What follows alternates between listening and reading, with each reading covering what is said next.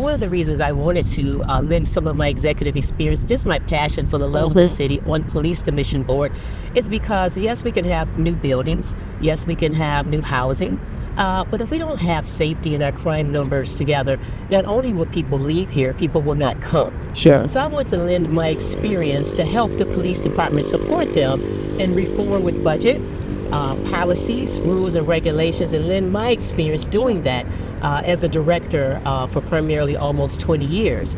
And so safety is everything. We have to feel safe in our community. Sure. Whether we're going to a football game or we're just going to sit out on our patio or just walk into the corner store, you should not be afraid to go out of our house. As I look this year, things are spiking, but not only here in the city of Detroit, but I think we're hitting a lull when a 6-year-old can't go to a park and climb on a slide without getting shot fatally in the back. Right. Or a young 7-year-old can't look out of the window waiting for his dad to come home and just shot. Sure. So we need to get off the fence. I think all of us sit around with our colleagues and our friends, and we could always point at what's wrong. And so what the problem is, we need to get more engaged in the process if we want to change. Sure. So I looked in the mirror and said, I am that person sits in the patio with my friends with a glass of wine or two. And I said, if I really want to make a difference, I got to get off the fence. So if you're elected and let's say somebody comes to you with a concern in the neighborhood, and police have one position and the community person has another, how do you prioritize? Who do you listen to first and why?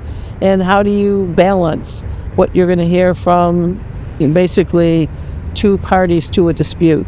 Great. That's a great question. I think you do that basically by your experience I had in leadership roles. I've had similar situations, but differently, like with a road agency or parks, different than law. So what you have to do is balance that.